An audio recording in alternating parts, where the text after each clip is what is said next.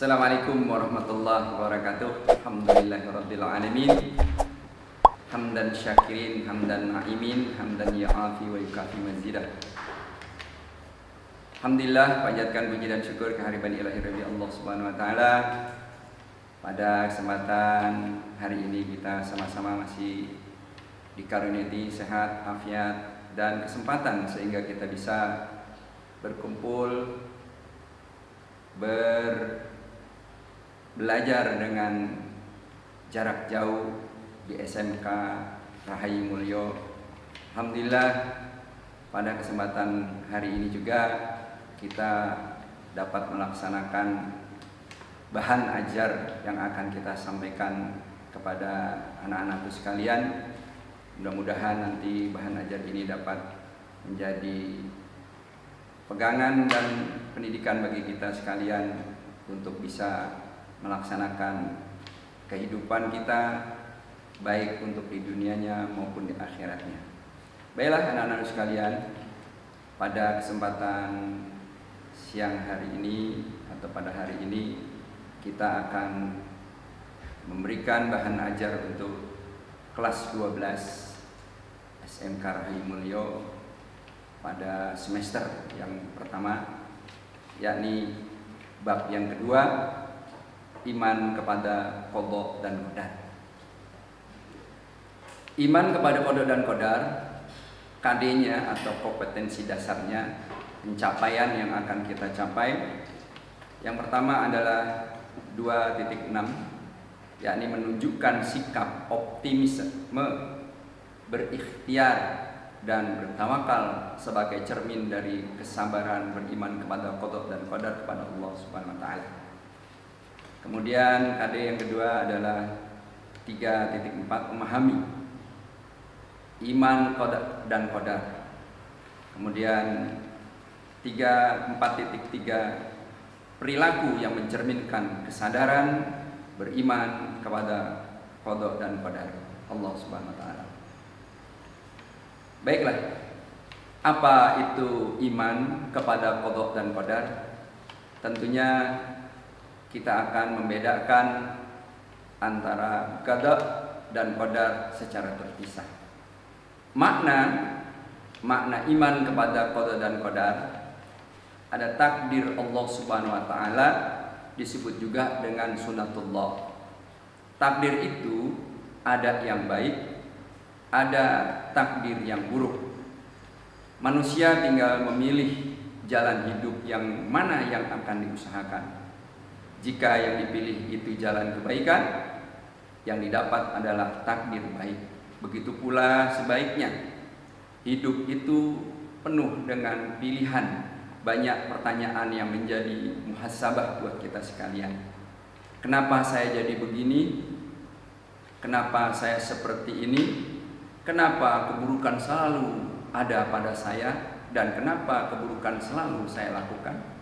Kenapa saya dulu pemalas?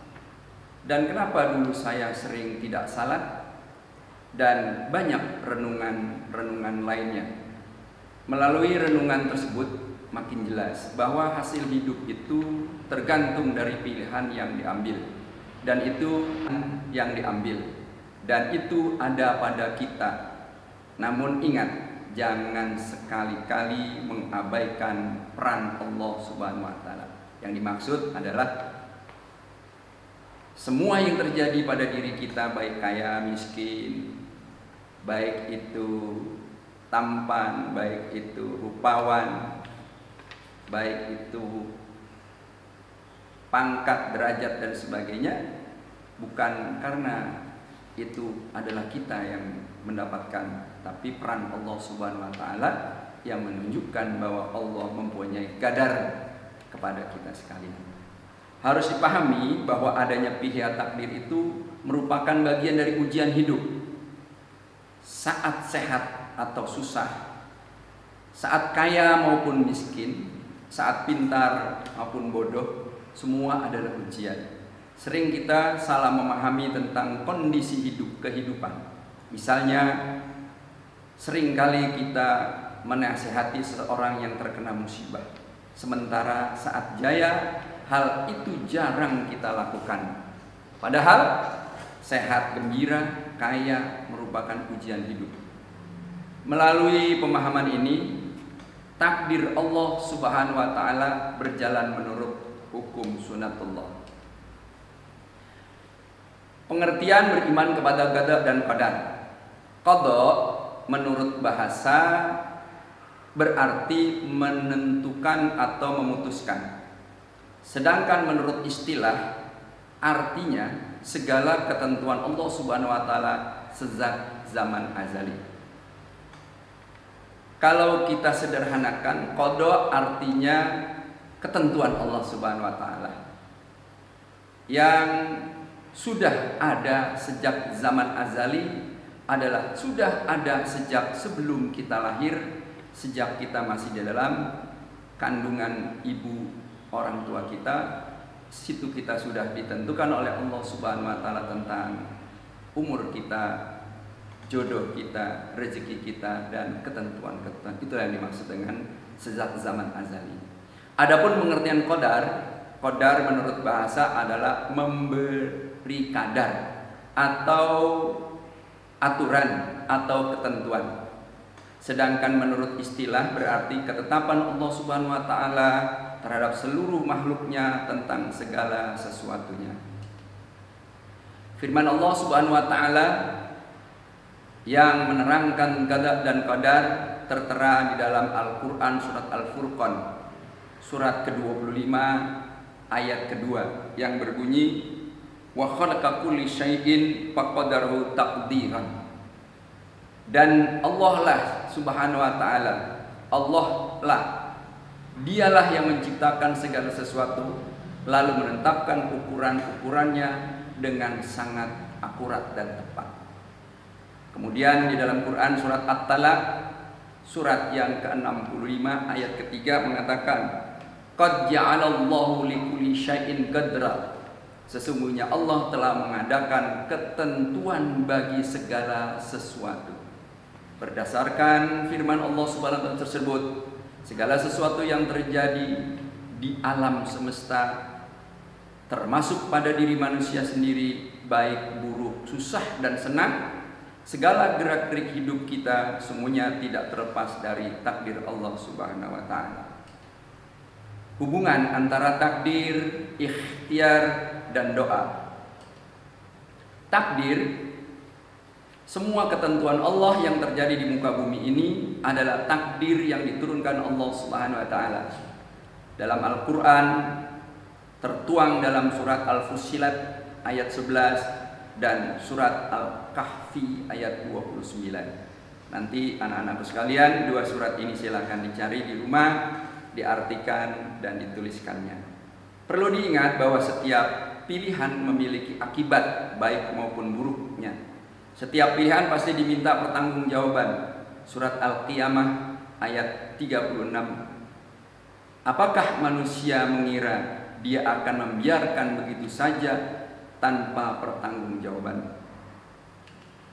Ikhtiar, yang kedua, ikhtiar adalah usaha sungguh-sungguh dan maksimal dari segala amal perbuatannya dan aktivitasnya yang dilakukan, atau kesungguhan hati. Kenapa kita harus berikhtiar?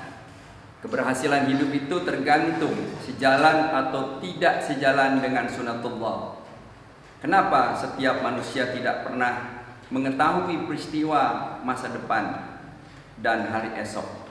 Itu tertera di dalam surat Al-Ahqaf ayat 9. Siapapun orang yang bersungguh-sungguh pasti berhasil.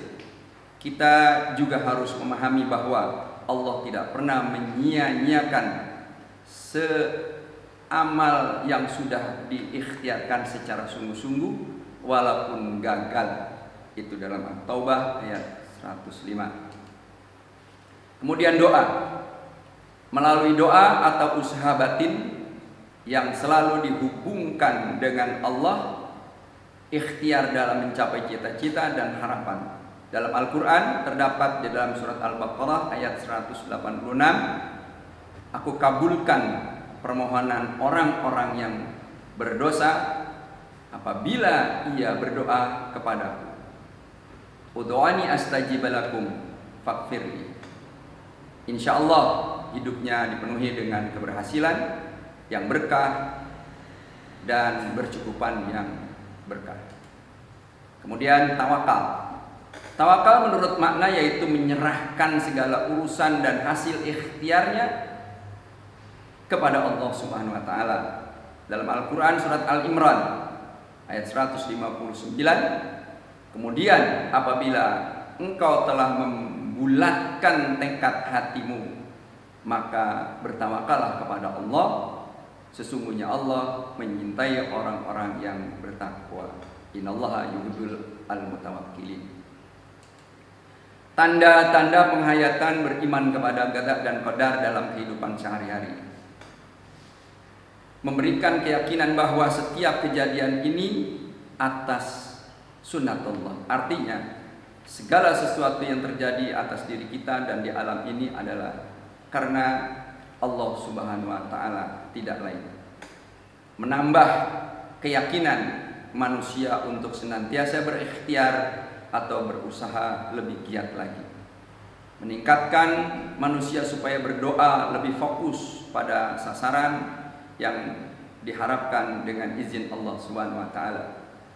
Memberikan keyakinan pada manusia untuk senantiasa bertawakal kepada Allah Subhanahu wa taala dan menyadari manusia bahwa dalam kehidupan dibatasi oleh aturan-aturan Allah Subhanahu wa taala.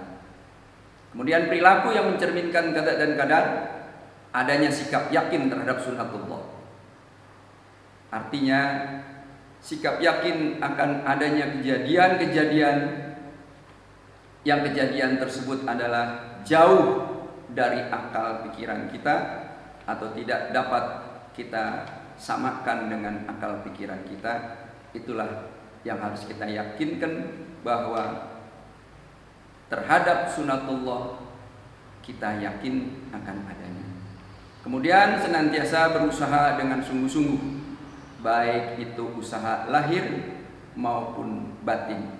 Usaha lahir adalah usaha dengan giat kerja keras, dengan berbuat sebaik mungkin dan seefisien mungkin. Dan usaha batin adalah dengan mendekatkan diri kepada Allah, menyerahkan segala urusan yang telah kita usahakan tergantung Allah Subhanahu wa taala yang akan memberikan penilaian dan pertolongannya. Yang ketiga, menyempurnakan usaha dengan sikap tawakal kepada Allah.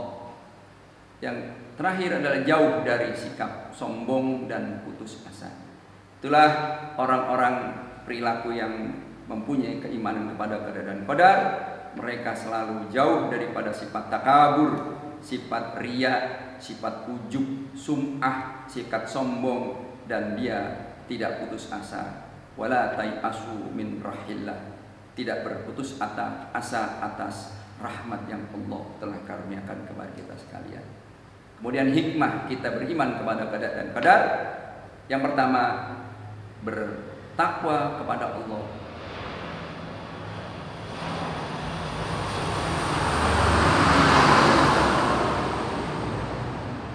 Hikmah beriman kepada qada dan qadar yang pertama adalah bertakwa kepada Allah Subhanahu wa taala. Jadi orang yang beriman kepada qada dan qadar, percaya akan ketentuan dan takdir Allah, niscaya manusia tersebut atau kita sekalian akan penuh kepercayaan, takwanya, imannya, penyerahan dirinya hanya kepada Allah Subhanahu wa taala. Memperoleh ketenangan jiwa. Karena tadi kita singgung dengan doa dan ikhtiar. Orang yang beriman kepada qada dan qadar, jelas penempaan kejiwaannya, keimanannya menjadi mantap, sehingga kehadirannya, perilakunya, pembawaannya menjadi jiwa yang penuh dengan ketenangan. Kemudian menumbuhkan sikap gigih, ulet pada seorang muslim dalam setiap berusaha. Artinya orang yang beriman pada qada dan qadar selalu mengusahakan semaksimal mungkin apa yang menjadi usahanya, cita-citanya dikerjakan dengan semaksimal mungkin. Karena dalam usaha adalah manusia yang harus menjalankan, sedangkan hasilnya adalah ketentuan daripada qadanya Allah Subhanahu wa taala. Tertanamnya sikap husnuzan kepada Allah Subhanahu wa taala. Orang yang beriman kepada qadar Allah Subhanahu wa taala, maka ia tidak akan berburuk sangka kepada Allah Subhanahu wa taala. Dengan kejadian, ujian dan sebagainya, selalu kita sandarkan bahwa Allah itu sayang kepada kita, sehingga Allah Subhanahu wa taala memberikan tahapan kemajuan kepada kita dengan cara diujinya kita oleh Allah Subhanahu wa taala. Diuji dengan kesabaran, diuji dengan sedikit kekurangan, diuji dengan sakit, diuji dengan berbagai macam cobaan yang Allah berikan. Adalah Allah sayang dengan kita, maka tertanamlah sikap husnuzon kepada Allah Subhanahu wa taala. Dan yang selanjutnya adalah tidak sombong.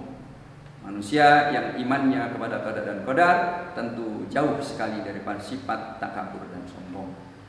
Tidak merasa sedih, tidak merasa kesal hati di saat apa yang diinginkan tidak tercapai. Karena orang yang beriman kepada qada dan qadar, semuanya telah diserahkan kepada Allah Subhanahu wa taala. Usaha yang telah kita usahakan semaksimal mungkin, sedangkan Allah Subhanahu wa taala yang akan memberikan penilaian dan memberikan ketentuan menurut kadar Allah Subhanahu wa taala. Sekalipun itu menurut kita pahit, sedangkan itulah yang baik menurut Allah Subhanahu wa taala. Demikianlah paparan pelajaran kita pada kesempatan hari ini.